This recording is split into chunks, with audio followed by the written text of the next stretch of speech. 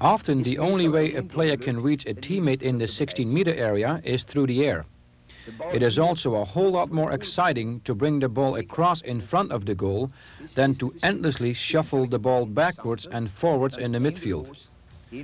Winning a heading duel is not just a matter of good technique, timing and jumping power, it is also a matter of attitude and courage. Timing en sprongkracht, maar vooral ook van een goede mentaliteit. I find heading is fun, so I've always spent time practicing it myself without being asked. Have I had a lot of training? No. At certain times perhaps, but I wouldn't say I've spent more time on that than on other things. You can work on heading and refine your methods, but I don't think a player can ever become a heading specialist unless he has a talent for it. You can learn how to head, and indeed you might just pick up the daring, the guts and the technique you will need to head the ball later on the playing field.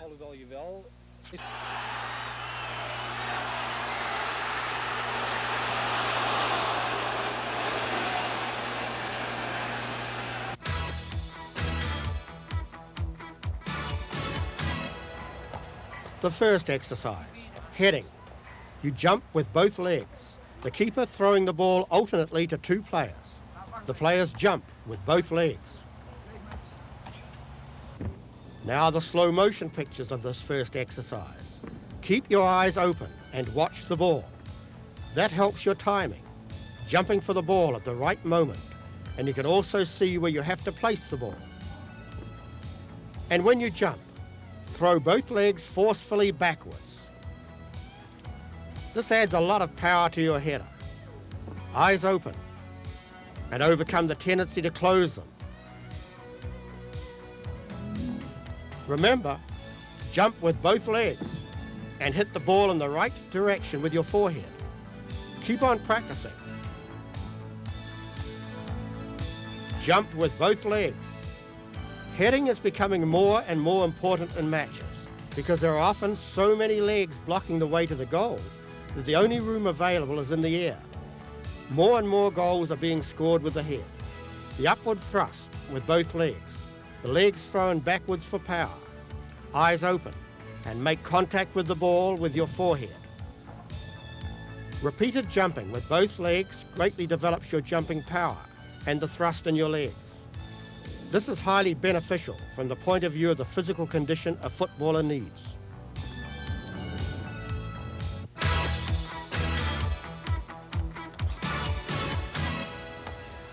For exercise 2, you have an opponent.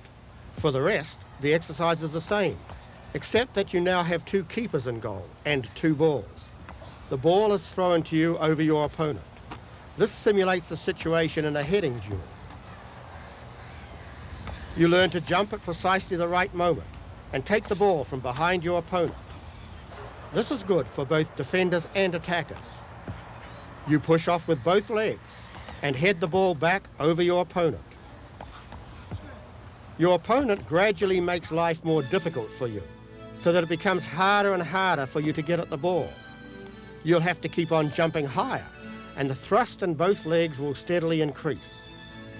English football especially has shown that heading duels in the goal area can be really spectacular. Getting the ball in front of the goal, up in the air, is much more attractive than endless passing in midfield. Jump with both legs, throw your legs back, hit the ball hard with your forehead to send it speeding on its way to the back of the net.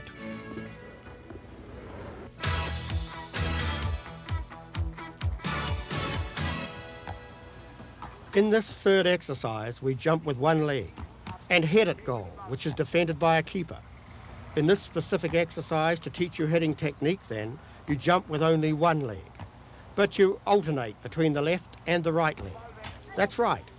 Here, as in every other aspect of the game, you have to be able to use both legs. Your coach can help by standing behind the goal and throwing the ball back when you head over. It's likely to happen quite a lot, especially in the beginning, because heading is a difficult business. In this exercise, jump with one leg, alternating left and right. Keep your eyes well open, because you always have the tendency to close them when you're heading. and heading with your eyes closed is no good at all. In football, you must use your eyes all the time.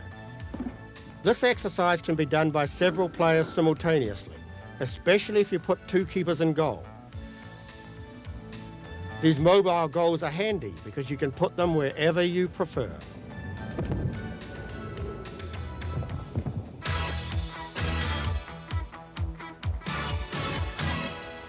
Now, exercise 4. Again, you jump with one leg, but this time the ball is centered. You move more or less across the goal to meet the ball and jump with one leg. Jump with each leg alternately to head in centers from the left and the right. There are 2 players heading in this exercise and 1 goalkeeper. Heading specialists are being paid huge salaries all over the world because there are very few footballers who can head well if they're being marked by an opponent. Move towards the ball and head in, alternately jumping with your left and your right leg.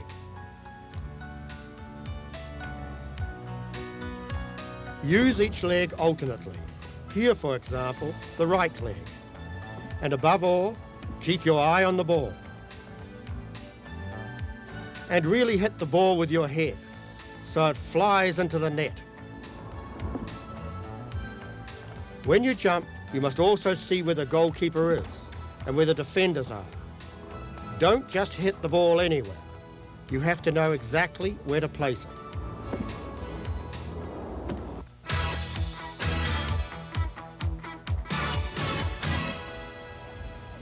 In exercise 5, you jump with one leg again, alternating them of course, but now you have an opponent. We're getting nearer and nearer to a match situation. And to prepare for match situations, you need realistic training, with the players learning to jump with the left leg, the right, or both, just as the situation demands, with an opponent marking them. Learning to head takes time. True, one person learns faster than another, but all of you can do it. To master this fine art, all you need is practice, and more practice. Stay behind your man. Come up to your opponent and jump from behind. Jump higher and higher, and pay attention to your timing. Watch the ball. Calculate. Here comes the ball. There's my opponent. I am going to shoot up like a rocket and head that ball.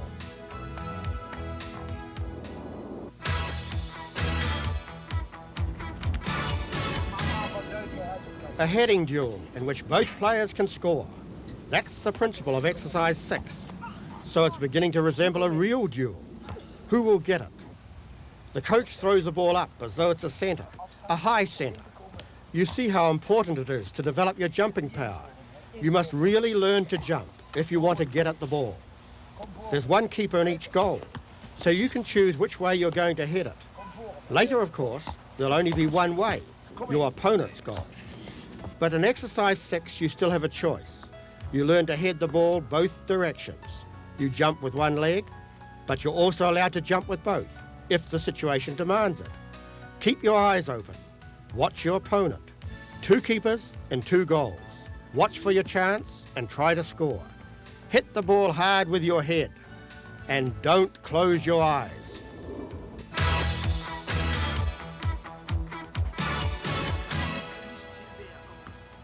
In exercise 7, we play 1 against 1 with 2 neutral players who can head the ball on. Each player can score if the opportunity presents itself.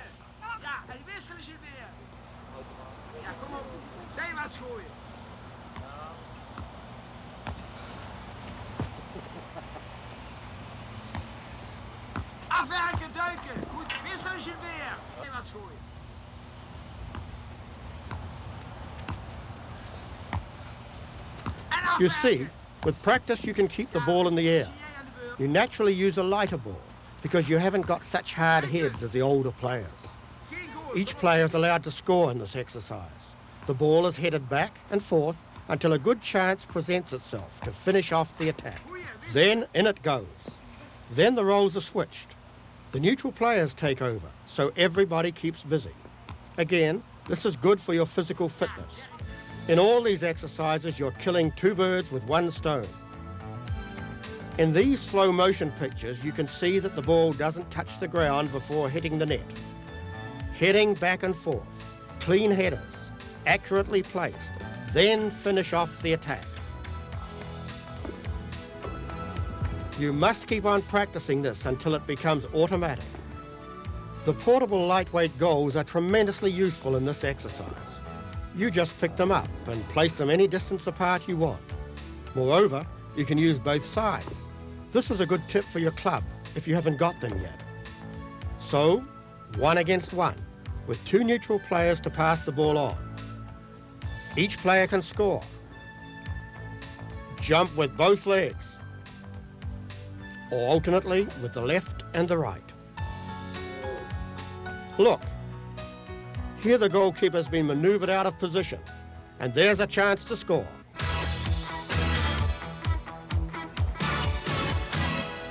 Now for exercise 8, 2 against 2 with 1 neutral player.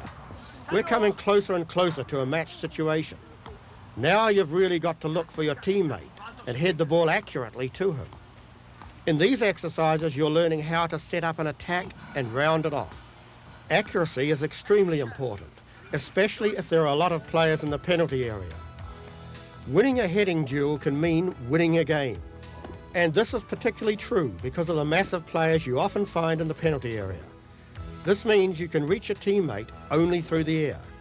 But you really do have to get the ball to him. Otherwise, it's a waste of time.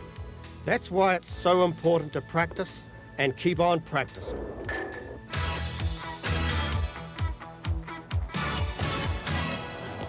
Exercise 9, the last exercise, finishing with your head.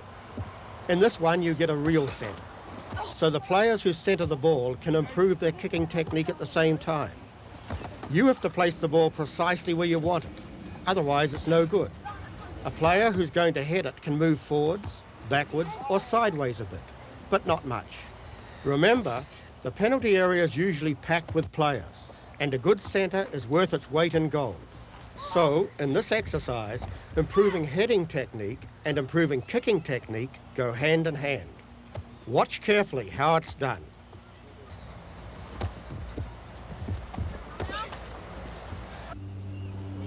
The goals are used on both sides. That's handy because it means that more boys or girls can make use of the field to improve their technical skills. Once you've learned all the lessons in our football course, you'll also watch match football through different eyes. For example, a game on television. You'll see more and more clearly which players have good technical qualities and which have a very limited technical ability. You'll enjoy technical brilliance more and know just how much practice has gone into it. Naturally, one person needs more practice than another, but without proper technical training, no player can ever master all these techniques perfectly. He'll always lack something, and that's a pity, because it's a fantastic feeling when you can head the ball really hard and accurately at goal. See the keeper sprawling hopelessly on the ground, and your teammates throwing their arms up in triumph.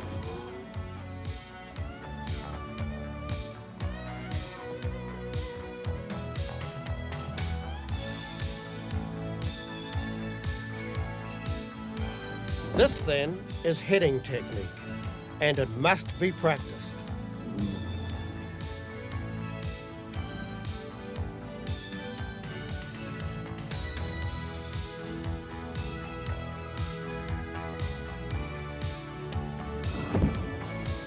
In the next session, we're going to learn to shoot. It's always satisfying when a great attack can be rounded off with a great shot, like Pieter Halkman's. Zoals het een goede spits betaamt. 3-1.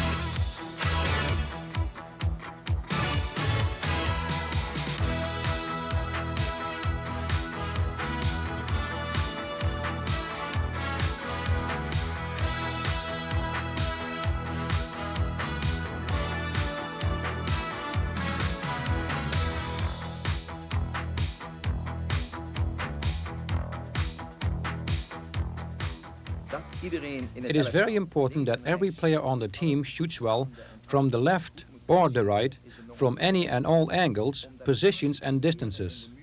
The chances of creating an opening in the wall of defenders are few and far between. The public really enjoys well-executed attacks when they finish with a shot at goal. Well-aimed shots from any distances will always bring a burst of applause. Shooting must be practiced consistently until each player can use every opportunity to shoot at goal, instead of taking time and space to get the ball into position for a shot with his better leg. I think it's something that you are born with, and naturally it's special, very special. You must have the urge to score goals, but that doesn't mean that you are egotistical. Halva and I give each other equal opportunities to make good goals. I think this is a strong point in football.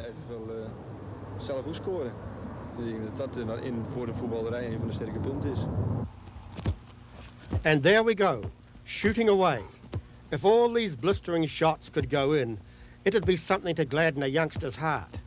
And old-timers too, because you see a lot more misses than hits in football. In the first shooting exercise, we have an empty goal. Shooting with the instep, with the accent on accuracy and technique. We're only now learning to shoot, because as a footballer, you must have all the techniques before you can create chances. Otherwise, what you get is just kick and rush football. Most players haven't mastered attacking techniques, but they still have to cope with a wall of defenders which too often proves impenetrable.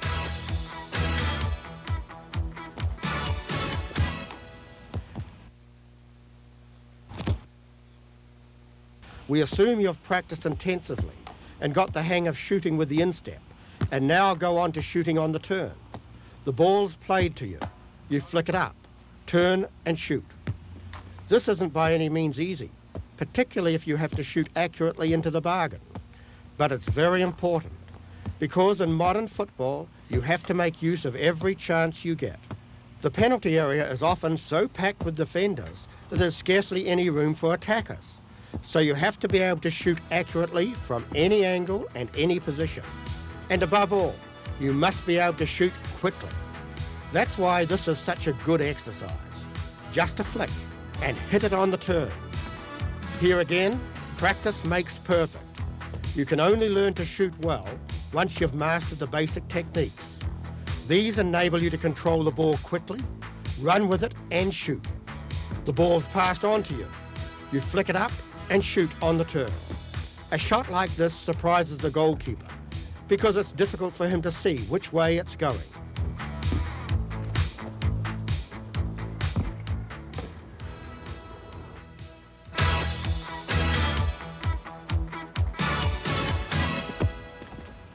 In the next exercise, there are opponents on the field.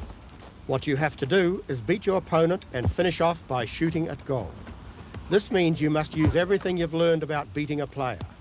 Then you can see how well you've mastered the various techniques. Once a player has shot, he becomes the defender. You can also regard this quick switching about as fitness training.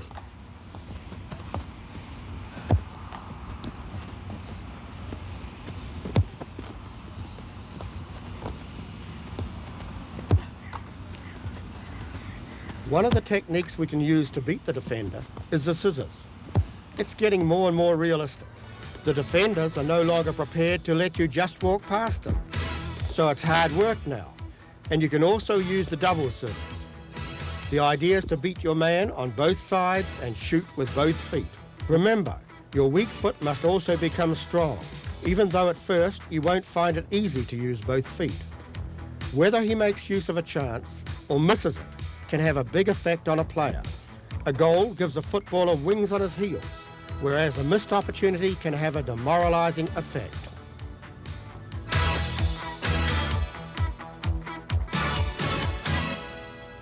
Shooting with both feet. One of the most important things in practicing kicking technique. In this exercise, the ball is played to you in such a way that you're forced to shoot with a particular foot. You shoot at an empty goal. Later, of course, there's going to be a goalkeeper standing in it. This is another tiring exercise because of the number of times you're in possession and have to do something with the ball. So it's good to change around once in a while. Then you give the passes and your partner tries to shoot as accurately as he can.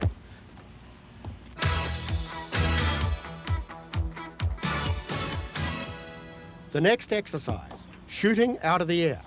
The ball is thrown from behind the goal and you have to shoot first time, preferably into the goal. And have pity on your coach, because every time you hit the ball far over or too wide, he has to run after it. Shooting first time. Again, using both feet. Concentrate and aim true. It's an attacking exercise. Every young player should play in the attack so that later he'll know what attacking is all about. Even if your fondest wish is to become a goalkeeper, it's good to play in the attack. You learn how attackers work.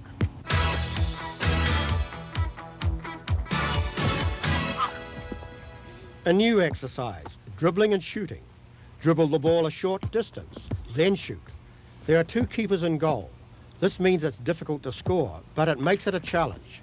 Dribble the ball a bit, then hit it hard while it's still moving. A player rushing up, ready to shoot, gives any keeper palpitations, especially if he's handling the ball skillfully, full of self-confidence. Any player in possession ought to be a threat. The attacker radiates confidence because he can do anything he wants with the ball, provided, of course, he's learned the skills.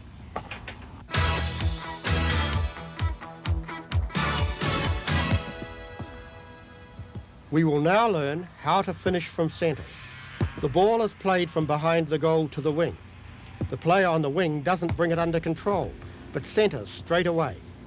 The player who has to finish off does so in whatever way he thinks best. If there's no other way, he's also allowed to head the ball. But whatever he does, the ball always has to be aimed at goal. You also learn how to put in tailor-made centres from the wing. This is very important because it's always busy in front of the goal. In present-day football, there are always a lot of players in that penalty area, so it's vital to play the ball accurately to a teammate. If your centre overshoots the mark, even a little bit, it's likely to be pounced on by a defender. So this exercise is important, not only for the person doing the shooting, but also for the player centering the ball. Watch this. With the keeper in goal, we'll now show you what progress a young player has made after the Coerver course. He can shoot from any angle, any position. Just look what you can achieve through practice.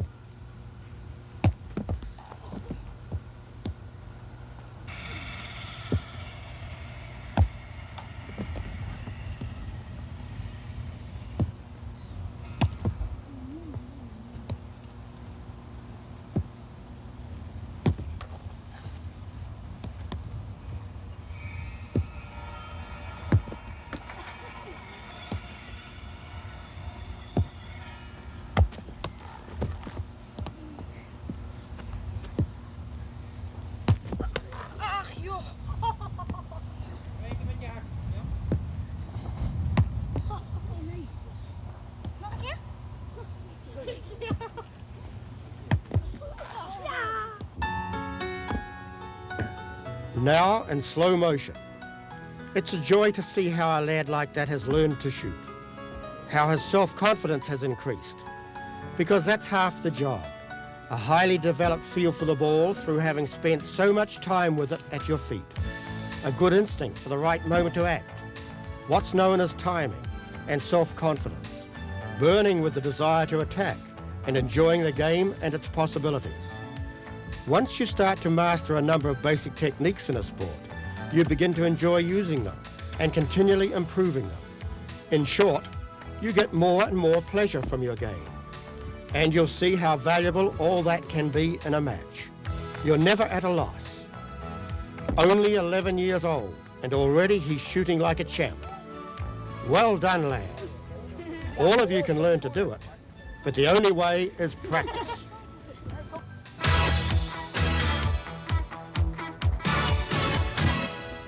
And now we'll go on to the next exercise. The ball is played to you from a position alongside the goal, and you have to shoot at the other goal. In this exercise, there are keepers in goal.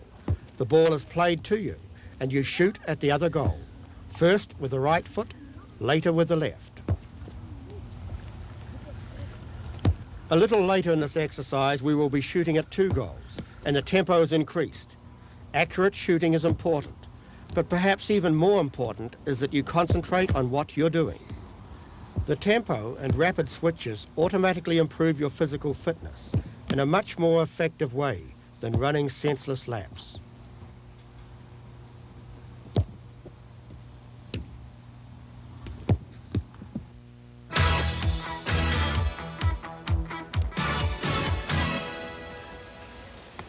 Another exercise, beating a player and shooting. You beat an opponent, run on with the ball, and shoot at goal. You have to try to shoot accurately at full speed, and it's already taken quite a bit of energy to get past your opponent. It's not easy at first, but the more you practice, the better you'll be able to do it, and you'll also have more stamina. So the moment will come when you'll be able to do this too, beat an opponent and put the ball accurately in the corner of the net. After the attacker has shot, he switches roles with the defender. You learn both sides of this component of the footballer's trade. You beat your man and shoot. Then you have to try and stop an attacker. In this exercise, you can use every technique you know for beating an opponent. And we've learned quite a few of them. It's a strenuous exercise, but it'll give you satisfaction when you find you can beat your man and beat him more easily than you could have ever dreamed possible. And you can do it because you've practiced well and spent many hours with the ball.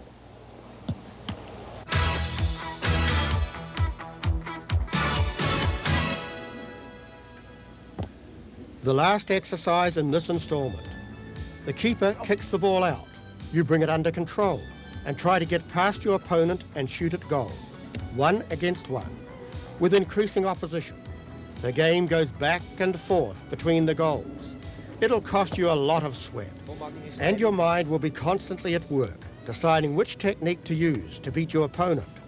Moreover, you'll have to apply the techniques at speed, because if there's no tempo in your play, you'll get nowhere. Technique also means speed. Speed is what puts the element of surprise into your game. You have to have it in order to take your opponent in and create openings in the direction of your opponent's goal. Just look how well these lads are doing the exercise. You see the full range of feints and techniques for beating a man. The whole gamut. You see how eagerly the boys practice. Every coach knows that you like doing exercises of this kind, and if the session lasts half an hour longer, that's not really a problem. There you have it. Receive the ball, beat your man, and finish off by shooting at goal. You have to contend with an opponent, and also with the goalkeeper, because he'll be watching. You have to beat him either with a clever shot or a really hard one. In the last session, we'll be looking back at all we have learned about football techniques in the past months. Then we'll put them into practice. First of all, 3 against 3. We call that a small game. Then we'll practice 4 against 4.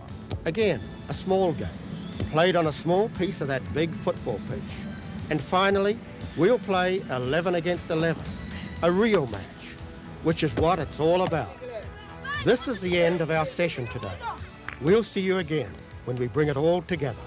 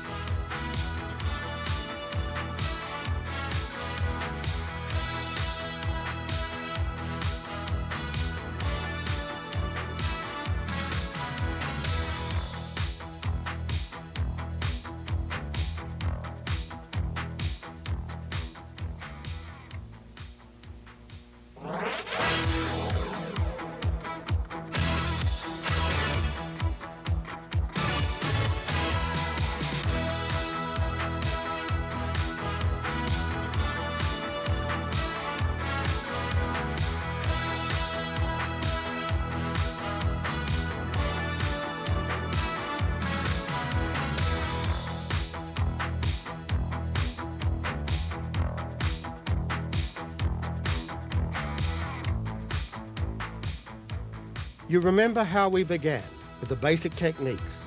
You need these to twist and turn and play yourself clear before passing the ball. We've learned fast footwork, so as to be able to juggle with the ball in a confined space.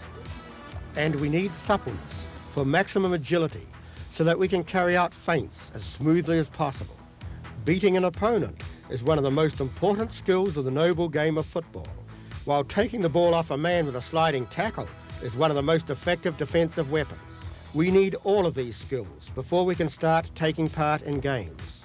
At first, we used a couple of players in small games where all the techniques had to be put into practice. In these games, you also improve your physical fitness without really trying. Also very important is kicking technique. You have to be able to pass accurately over both short and long distances if you want to be of service to your fellow players and be capable of making openings in your opponent's defence. Kicking technique is a question of feel for the ball in both feet. The head plays a major role in football. The header is an important weapon, especially in a crowded penalty area. Heading specialists are worth their weight in gold in modern football. Just like players who can shoot really well, you must be able to shoot at goal from every conceivable position. We need all those techniques in group games with goals to shoot at. Even though players have played matches with full teams and smaller teams, for many years using large goals, they are still often powerless in difficult situations through lack of attacking techniques. The reason is simple. During those matches, players do not get all the opportunities they need to fully develop a specific technique to the stage where they can control it effortlessly. All the tactical theories in the world cannot help weak attackers create openings in a wall of defenders. All that talk about aggressive, attacking football is best forgotten. Young players must have the ability to control the ball and their opponents, and have individual skills in their legs. They must be able to shoot and head from all positions before they can participate in matches with large goals and create opportunities to finish off their work. Bezitten ze of beheersen ze de noodzakelijke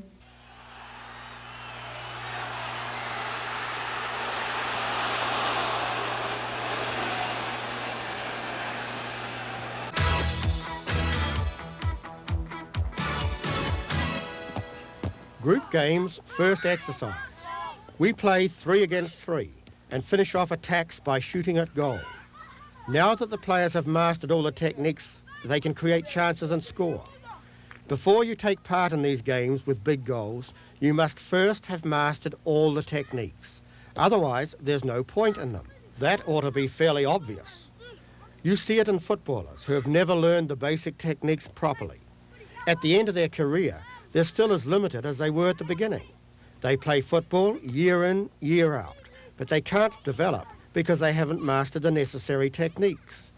But it won't be like that at all in your cases.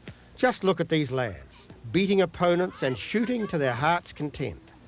The mobile goals prove their worth once again. You can use both sides, so a lot of players can be busy at the same time. Many variants of this exercise are possible.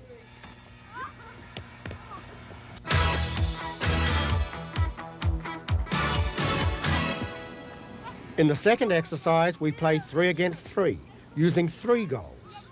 The team that scores retains possession and goes on the attack again, but this time in the opposite direction. So you play at the 2 goals alternately. Now that you have mastered the techniques, and this applies especially to those of you who have learned all the exercises thoroughly and put in many hours of practice, you can give free play to your creativity in a game. You can beat your opponent any way you want, depending, of course, on the situation and your opponent, because he wasn't born yesterday either, and he knows how to take the ball off a player. These small games are really lively affairs, because you can put everything you've learned into practice. You also notice that the players are equally at home with both feet, and you can see how fit they are. Your stamina has been increasing unnoticed while you were doing all those exercises. Now you can keep the activity up for hours. And you need all the stamina you can get, because in a small game like this, you're naturally on the ball much more than in a big game. If you can keep it up in one of these games, you'll certainly be all right in a real match.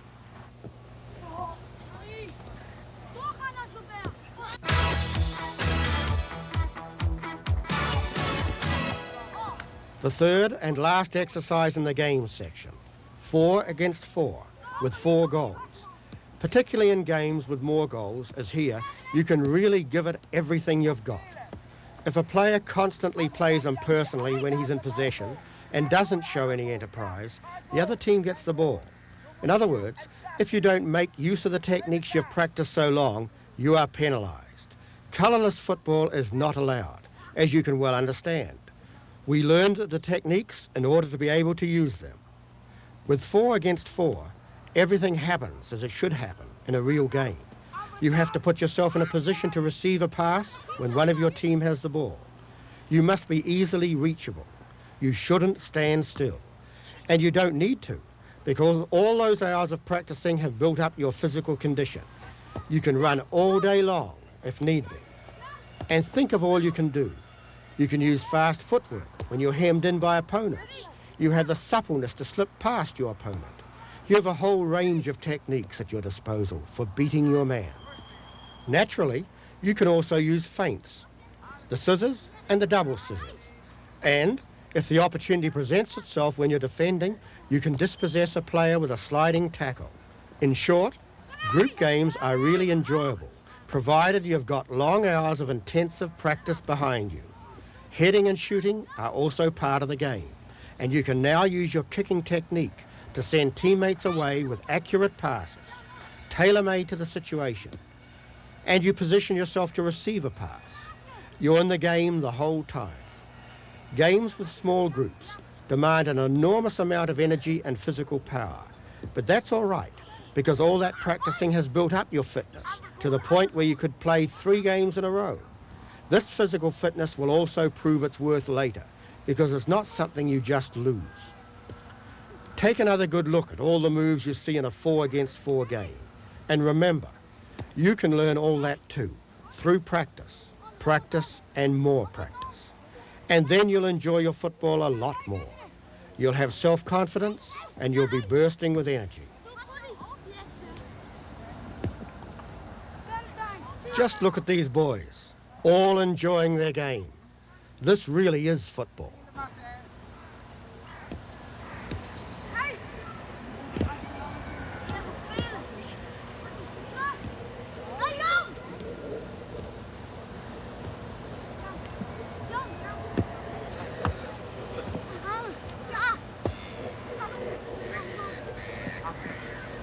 If you want to master all these movements and techniques, the most important thing is practice. But how much practice? Master Coach Will Coerver knows the answer.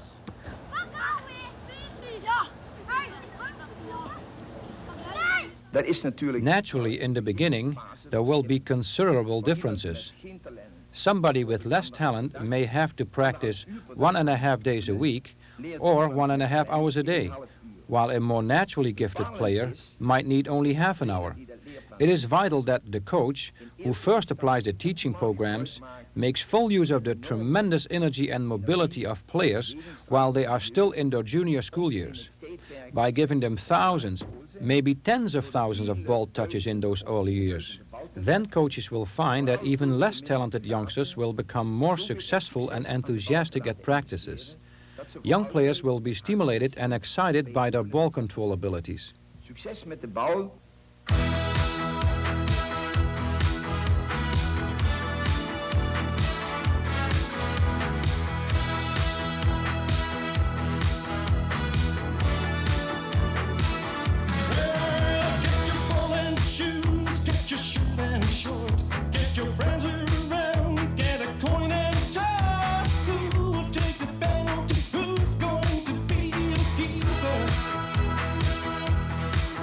It's a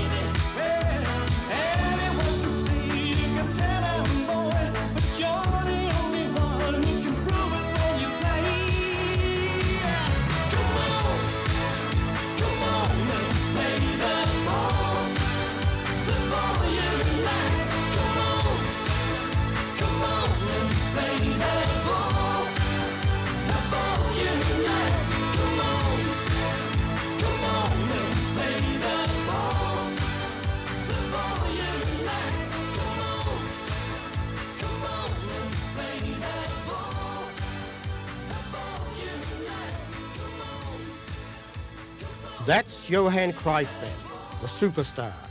Could you be the next Cruyff? The diversity and purpose of ball control skills in the classroom and the amount of time spent learning the techniques guarantee that everybody can benefit from our program.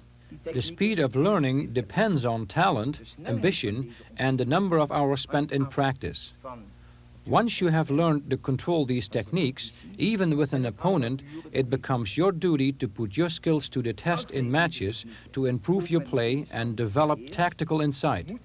The solutions to complicated and difficult situations in match play require many faceted skills, as well as tactical knowledge and a competitive attitude.